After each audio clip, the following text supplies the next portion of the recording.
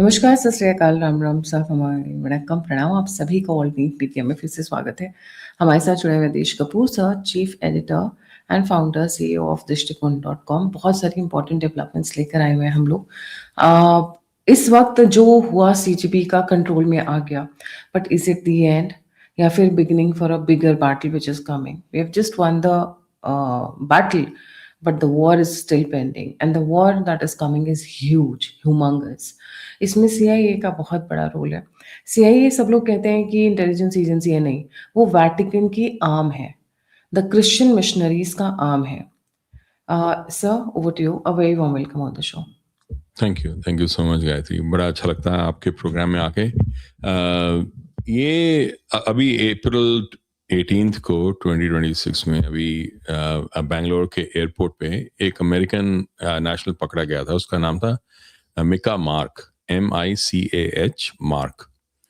उसको immigration authorities ने पकड़ा था क्योंकि उसके खिलाफ कोई सर्कुलर था जो इन्फोर्समेंट डायरेक्टोरेट ने निकाला था, और उसके पास उनको मिला 24 फॉरेन डेबिट कार्ड्स। यहाँ यूएस में एक बहुत बड़ा बैंक है, ट्रूएस्ट बैंक, उसके वो डेबिट कार्ड्स थे, और सारे के सारे डेबिट कार्ड्स एक ही बंदे के नाम पे थे। उसका नाम था संतोष कुमार। वो संतोष कुमार नहीं मिला उनको, पर वो डेबिट कार्ड्स जरूर मिल गए। तो ये जो डिस्कवरी थी, जो एनफोर्समेंट डायरेक्टर को मिली, उससे और बड़ी चीजें निकल कर सामने आई। जो वो 24 कार्ड जो उसके हाथ में थे, जो उसके पास थे, वो एक पूरा नेटवर्क की तरफ अंकित करते थे। मतलब इन द सेंस के पूरा जो नेटवर्क था उसमें thousands of foreign debit cards थे। मतलब उन्होंने पूरा जांच पड़ताल की, और जो जो कार्ड्स थे उनका लेबल्स थे उनके ऊपर, north east 1, north east 2, southern reason 1, southern reason 2। Basically उन्होंने हर रीजन को बांट रखा था, और हर रीजन के लिए उन्होंने अलग अलग डेबिट कार्ड्स निकाले थे। तो मतलब नॉर्थ ईस्ट का अलग, साउथ का अलग, बाकी रीजन्स का अलग, और फिर उसके हिसाब से उन्होंने कैश को वो डिवाइड कर रखा था कि ये इनकी तरफ से इतना होगा, इनकी तरफ से इतना होगा। जो ऑर्गेनाइजेशन उनको समझ में आई उसके पीछे जो थी, उसका नाम था द टिमोथी इनिशिएटिव।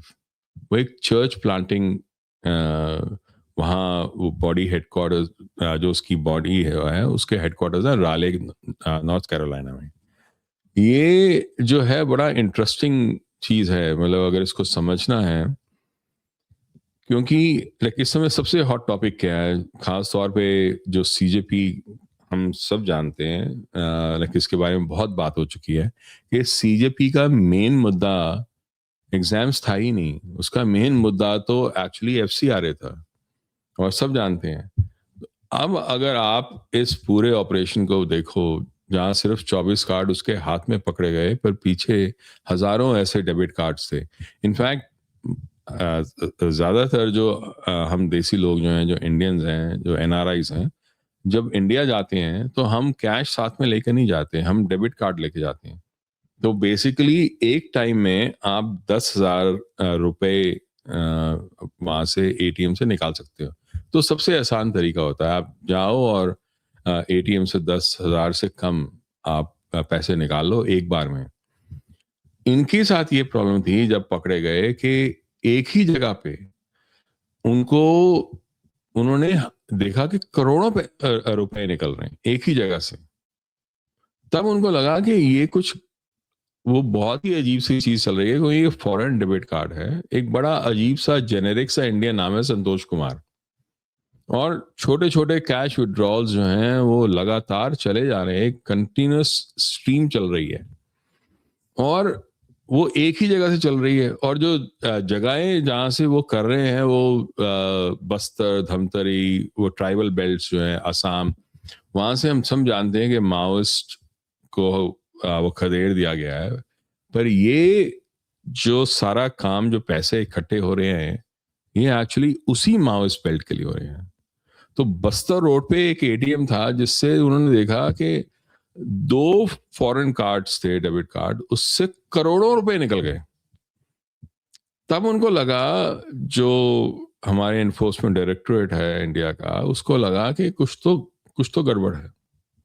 तो वो एक सिक्योरिटी एक स्टोरी की तरह उन्होंने लिया, और जब उन्होंने देखा कि बस्तर और धमतरी में ये हो रहा है, तो उनको समझ में आया कि ये कोई नॉर्मल जगह तो नहीं है। ये जो डिस्ट्रिक्ट्स हैं, ये एक्चुअली उसी जगह पे हैं जहां पर लेफ्ट विंग एक्सट्रीमिज्म और माओइस्ट पूरा वो नक्सल का काम चलता था, और वहीं पर इंसर्जेंसी हुई है, वहीं पर पुलिस पे और सीआरपीएफ पे अटैक्स भी हुए हैं, सब कुछ वहीं पर हुआ है। उसके ऊपर इंडिया, खास तौर पर अमित शाह जी इतने जोर शोर से काम कर रहे हैं, तो तब उनको ये लगा। और कमाल की बात जो मैं बार बार ये बताने की कोशिश कर रहा हूँ कि भारत की जो गवर्नमेंट है वो एफसीआरए को कर्ब करने की कोशिश कर रही है, पर ये ऑलरेडी उसके तोड़ निकाल रहे हैं एफसीआरए के। अगर आप एफसीआरए से नहीं जाने वो देना चाहते, हम और तरीका ले लेंगे। उन्होंने करीब करीब $10 मिलियन ऐसे ही निकाला है और फंड किया है वहां पर। और जो मेगो चीज जो सबसे अमेजिंग और आयरॉनिकल लगी, और ऐसी बात जो यहाँ अगर किसी को बताओ तो कोई मानेगा ही नहीं, वो ये है कि कैसे जो एक्सट्रीम राइट विंग ऑर्गेनाइजेशंस हैं, evangelical organisation, church planting organisation, जो यहाँ सारे कम्युनिस्ट को और लेफ्ट विंग वालों को गालियां निकालती हैं रोज रोज, उनको वो ये दिखाते हैं कि कैसे उनको यहाँ यूएस में निकालना चाहिए, खत्म करना चाहिए। उन्होंने वो सोवियत यूनियन में पहले और अब चाइना में कैसे उनसे बचना चाहिए। वो लोग एक्सट्रीम लेफ्ट विंग जो ये माओइस्ट और नक्सल्स जो हैं, जिनका सीधा कनेक्शन चाइना के साथ है, उनके साथ ये कोऑर्डिनेट करते हैं अपना काम। ये कमाल की बात है। तो ये समझ में आता है कि बट चर्चेस की तो चाइना में एंट्री नहीं है, वहां पे कैसे कोऑर्डिनेशन हो जाता है? ये वहां नहीं करते, यहाँ करते हैं, भारत में अच्छा, आके करते हैं। अच्छा, मतलब अब चाइना में एंट्री नहीं है, पर भारत में हैंडशेक हो भारत जाता है। में वो दुश्मन का दुश्मन मेरा दोस्त, मतलब वो वाला सीन है। तो अच्छा, एक एनिमी चीज और है enemy sir. Is my friend. जी, एक चीज और है। आपने कहा एफसीआरए, अगर ये एफसीआरए को नहीं भी आने देते पार्लियामेंट में, पर दूसरे तरीके लोग ऑलरेडी यूज कर रहे हैं। What are those other routes they are using to dismantle this entire infrastructure? एक तो यही है कि वो डेबिट कार्ड कैसे यूज करना है। They are finding other ways, I am sure. हमने जब बात की थी उसके बारे में, कैसे इधर शाहीन बाग में यूज हुआ था ई वॉलेट्स के थ्रू, अब क्रिप्टो भी यूज हो रहा है। सो वो there are many such ways that they are actually using blockchain और क्रिप्टो का। तो वो यूज काफी बढ़ गया हो गया है इस समय। ऐसे ही ये जो तरीके हैं कि वो ऐसे इंस्ट्रूमेंट्स लेके जाएं जिसके बारे में कोई देखे ना। आई एम श्योर वो अमेरिकन एक्सप्रेस का भी जो होते हैं चेक्स होते हैं जो लेके जाते हैं लोग यहाँ से, तो जैसे जैसे इंडियन यहाँ से पैसा लेके जाते हैं वैसे ही ये लोग पैसा लेके जाते हैं। तो बहुत सारे तरीके हैं जिससे लोगों को पता नहीं चलेगा कि इतना हो रहा है, पैसा यहाँ से जा रहा है, पर वो भेजते रहेंगे ऐसे लोगों के पास जिनके ऊपर लोगों को इतना शक ना हो एजेंसीज को। तो ये वैसी हरकतें करें, जैसे हमने जब बात की थी कि कैसे उन्होंने शाहीन बाग की तरफ उन्होंने जब पैसा भेजना था, तो उन्होंने पहले एक एनजीओ के पास भेजा था पैसा। उस एनजीओ ने एक केमिस्ट को दिया था, और उस केमिस्ट ने बायकुला में, उस केमिस्ट ने वो पैसे ई वॉलेट के थ्रू शाहीन बाग के ऑर्गेनाइजर्स को भेजे। अब आप, कौन सोच सकता है कि जो पैसा एक केमिस्ट को दिया जा रहा है वो अल्टीमेटली अगले ही दिन वो शाहीन बाग पहुंच जाएगा।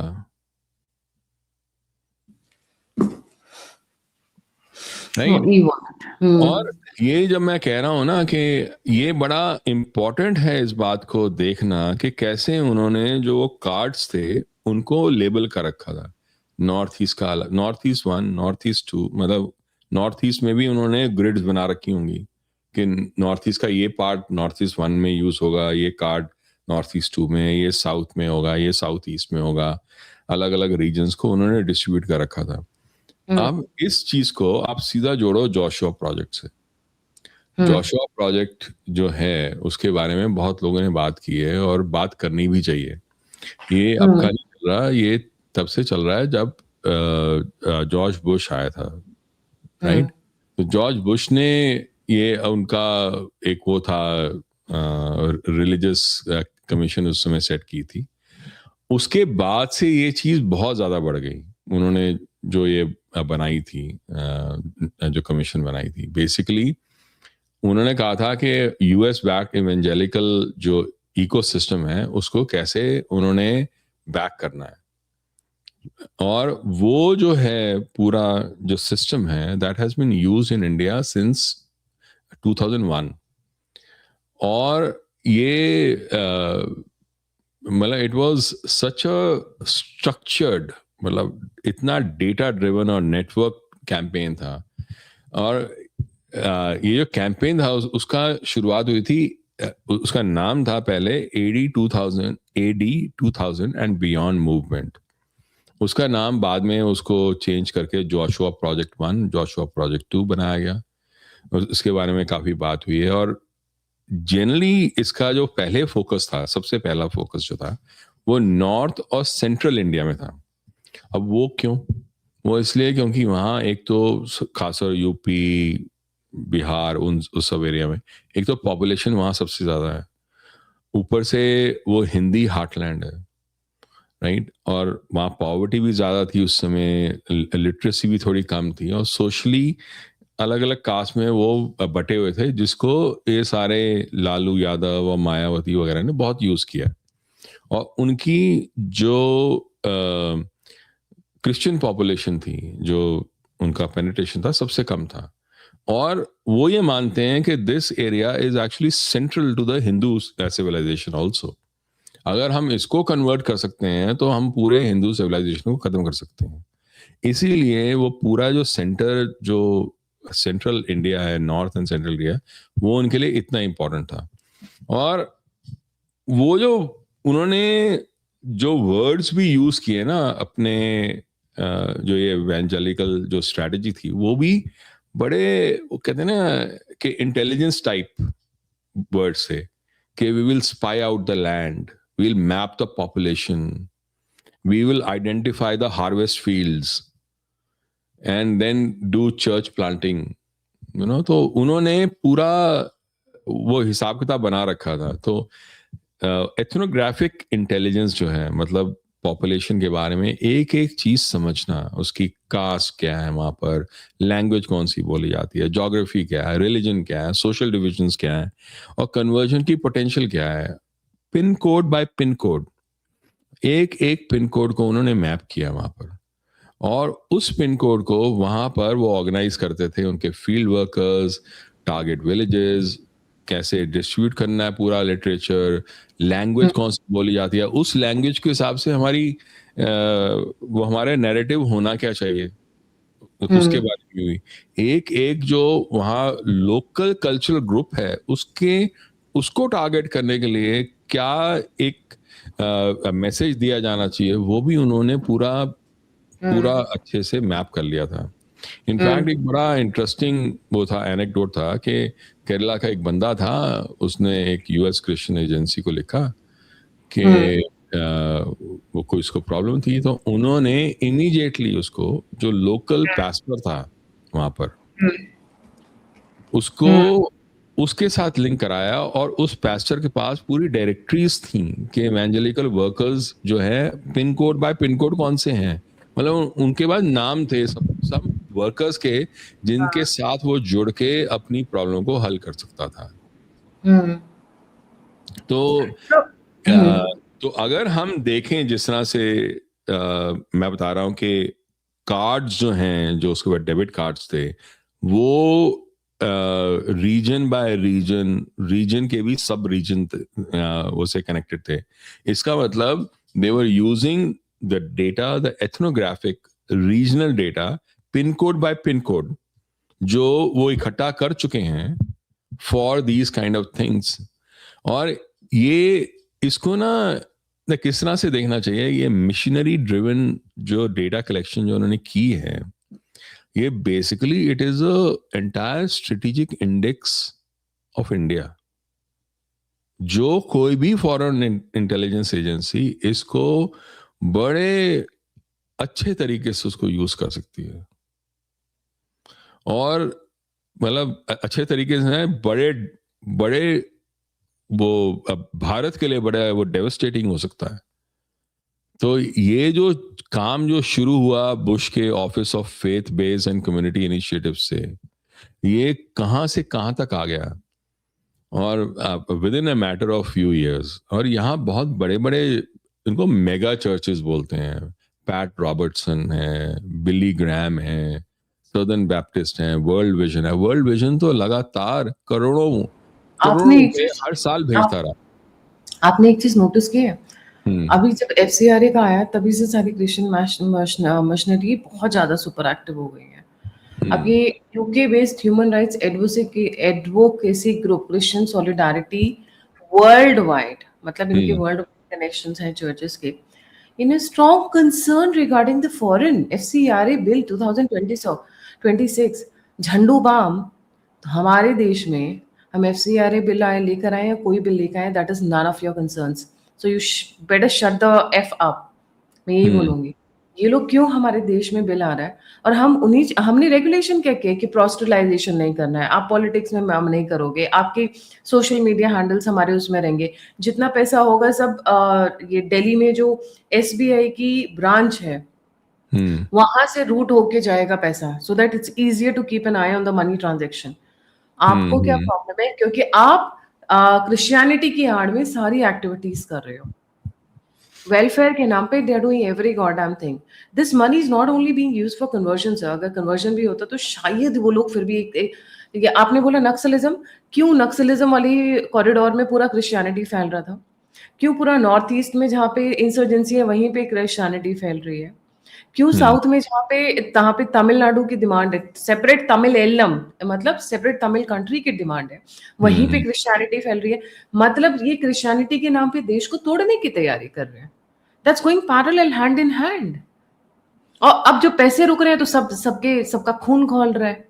इनको लगता है अब हम लोग जानते नहीं है, जानते सब कुछ है, हिम्मत किसी की नहीं हुई है. और वो जो 10 जनपद पर बैठी हुई बार वाला है, वो ये सारा किया था उसी का ये सर जी. हाँ, सी देखो, ये जो है रिलीजन के बारे में है ही नहीं. अगर कोई भी ये कहता है ये रिलीजन के बारे में है तो वो गलत है, क्योंकि this is a matter of national security. Conversion is never a matter of religion, it is a matter of national security. ये बात जब तक हमें समझ में नहीं आएगी तब तक हम सिर्फ रिलीजन के बारे में बात करते हैं. ये रिलीजन के बारे में है ही नहीं. वो लोग, ये पैट रॉबर्टसन, बिली ग्राम, ये कब रिलीजन के, इनके पास खुद के अपने बड़े बड़े जेट्स थे और बड़े बड़े इनके मैंशंस रहे हैं. पूरे स्टेडियम में इनके वो सरमन्स वगैरह होते थे. मतलब इनके पास जो हिसाब किताब है, दैट इज अनबिलीवेबल. मतलब बहुत बड़े बड़े जो इंडस्ट्रियलिस्ट होते हैं वो इनके कहीं आसपास भी नहीं है. ये उन तरह के लोग हैं.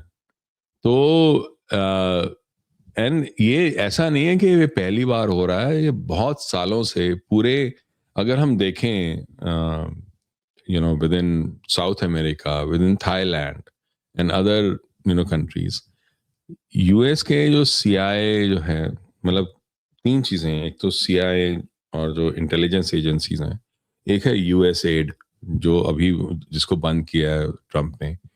तो USAID, CIA और जो चर्च है, मतलब चर्च एज मैं मेटाफोर बोल रहा हूँ, मतलब इन द सेंस के जितने भी ऐसी इवेंजेलिकल ऑर्गेनाइजेशन हैं, जो चर्चेज हैं पीछे जो हैं, क्योंकि देखो वो वेटिकन जो है वो तो वहाँ पर है यूरोप में, पर यहाँ यूएस में कैथोलिक्स इतने नहीं हैं जितने बाकी हैं, 7 डे एडवेंटिस्ट या Protestants and Baptist and all these people, ये जो ये चर्चेज हैं ये बहुत ज़्यादा हैं यहाँ पर, एंड चप्पे चप्पे पर है।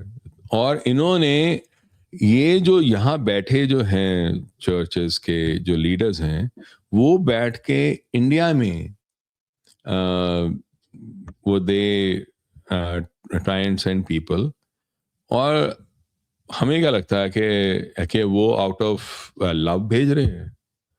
आउट ऑफ लव तो कोई नहीं भेजता। उनको भी जो पैसे जो मिल रहे हैं, जो आ रहे हैं, और जिस तरह से वो यूज हो रहे हैं, उसका पूरा हिसाब किताब यहाँ की ऑर्गेनाइजेशंस रखती हैं। Now, how is this all connected to CGP? That's the mere latest question. जी. तो उसके वो तो खैर लाइक वो तो अपने आप पहले ही लोगों ने आंसर कर ही दिया कि the CJP was in itself FCRA के लिए था। तो उनको बेसिकली क्या चाहिए, उनको एक इरोजन मैकेनिज्म चाहिए, एक ना एस्केलेशन लैडर है कि हर बार जितनी बार ये होंगी, और ये अभी जो प्रोटेस्ट हैं ये सिर्फ सीजेपी के ना, अभी वो और आने वाला होगा, मतलब अभी तो एग्जाम के लिए आया, अभी कोई और वो बना रहे होंगे। तो ये ऐसे फंड करते रहेंगे ताकि जो गवर्नमेंट है वो डर जाए, एक चीज। सेकंड, वो हिल जाए। मतलब अभी इन्होंने जो गवर्नमेंट ने एजुकेशन मिनिस्टर को निकाल दिया, ऐसे ही वो धीरे धीरे इसको वो उनका ये प्लान है कि गवर्नमेंट को हमेशा आराम से बैठने नहीं देना, उसको हिलाते रहना है हमने, ताकि जो ये काम करना चाहते हैं वो ये काम पूरा कर ही ना सके। तो इस तरह से वो दे विल इंश्योर कि एटलीस्ट समथिंग वो कोई तो ऐसा मैकेनिज्म वो बना लें ताकि ये सब चीजें चलती रहें, क्योंकि वो देख नहीं सकेंगे कि भारत जो है किस तरह से आगे बढ़े। See, they may want India as a market, but they cannot have India as a competitor in any field. You understand? क्योंकि देखो, जब कांग्रेस थी, जब पी चिदम्बरम और बाकी जैसे लोग थे भारत में, उन्होंने जिस तरह का भारत वो बना रहे थे, मॉरिशस रूट से जो पैसा आता था सारा का सारा वाइट होके आता था, और इनफैक्ट इंडिया के अंदर हाईएस्ट अमाउंट ऑफ एफडीआई जब यूपीए सरकार थी, पता कहां से आता था? मॉरिशस से। क्या औकात है मॉरिशस की? Teeny tiny island है। वो करोड़ बाग से ज्यादा बड़ा नहीं है मॉरिशस। हमारे करोल बाग से डेली के, राइट? वो राजेंद्र नगर करोल बाग जितना वो जगह है, और वो भारत को सबसे ज्यादा एफडीआई देता था। ये हालत थी क्योंकि उन्होंने एक रूट बना लिया था कि ब्लैक हवाला बार भेजो, ब्लैक से बार भेजो और व्हाइट वहां से लेकर आओ। बड़ा सिंपल तरीका था और ये चलता जा रहा था, और शेल कंपनीज धड़ाधड़ ये काम करती थी। द थिंग इज, इन्होंने शेल कंपनीज खत्म की, मॉरिशस का रूट खत्म किया। इनफैक्ट जब ये मॉरिशस से रूट खत्म हुआ था, तब मैं अक्सर बैठा, जब मैं पढ़ रहा था वो सब जो हो रहा था, तो मैं ये सोच रहा था कि इंडिया का इकोनॉमी क्या बची रहेगी इसके बाद। वो इमेजिन करो कि सडनली बहुत सारा पैसा आता था किसी जगह से आपको, वो एकदम बंद हो गया, right? The highest FDI in those days that was coming from a route suddenly closed down. पैसा आ ही नहीं रहा अब। तो इकोनॉमी में जो चीजें चल रही थी वो एकदम क्या रोक नहीं जाएंगी? एकदम जो उसकी ग्रोथ है एकदम ड्रॉप नहीं करेगी, पर वो ड्रॉप की नहीं। That was a brilliance of Modi's economic whole like policy and framework that they were following. वो उनकी सबसे बड़ी विन थी कुछ समय। मैं यही सोचता रहता था कि कैसे हैंडल करेंगे ये, पर इन्होंने किया। और ये जो सारा जो तंत्र जो इन्होंने बनाया उस समय, वो सिर्फ अपने पैसे भरने के लिए था।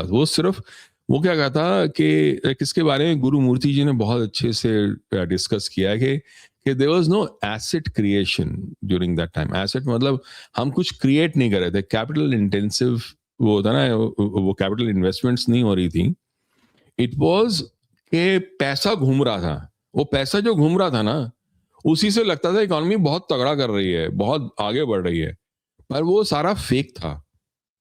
जो एनपीएस थे वो देवर थ्रू द रूफ। उसको बचाने के लिए कितना कुछ नहीं किया भारत ने उस समय, मोदी जी की गवर्नमेंट ने। किस तरीके से बैंक्स को बचाया गया उसके बारे में अगर कोई बंदा पढ़े कभी तो उसको समझ में आएगा कि कहाँ हमने फंसे। 2-3 शो किए हैं जब 10,000 रुपए के नोट आने वाले थे, रिमेम्बर अभिषेक हाँ, बैनर्जी ने हमारे साथ किया था वो शो। नहीं सो वही मैं द कह रहा हूँ कि मनी वो सब चीजें लिंक्ड हैं, पता है, वो सब चीजें, वो सारा जो रूट्स थे, वो सारे जो मैकेनिज्म्स थे, वो लिंक्ड हैं with the way this whole thing was funded.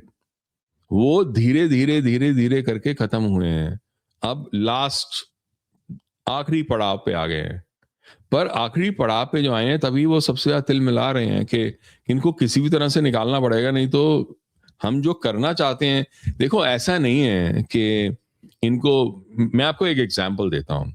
अगर सबको ये लगता है कि ब्राउन और ब्लैक क्रिश्चियंस को ये वाइट क्रिश्चियन मानते हैं, तो मैं एक एग्जांपल देता हूं। यहाँ एक बहुत बड़े पैशनेट एक इंडियन वो क्रिश्चियन है, इवेंजलिस्ट टाइप, उनका नाम है दिनेश डिसूजा। ये दिनेश डिसूजा जो है, ये पूरे मागा ग्रुप के साथ थे। अभी पीछे जब ये सारा जो इंडियंस के खिलाफ जब ट्विटर पे चल रहा था काम, तो दिनेश डिसूजा ने कुछ कहा और उनको पता है मागा वालों ने क्या कहा कि तू होगा क्रिश्चियन पर तू है तो ब्राउन, तो तेरे को तो हम मानते ही नहीं क्रिश्चियन। और वो बंदा जो हिंदुओं को पूरी जिंदगी गाली देता रहा, जो पूरी जिंदगी ये कोशिश करता रहा, वो he was at the forefront of the whole movement for Modi not getting the visa. Modi ji को जो वीजा नहीं मिला उस समय जब वो नहीं थे लाइक प्राइम मिनिस्टर, उसका सबसे बड़ा जो लीडर था ये दिनेश डिसूजा था।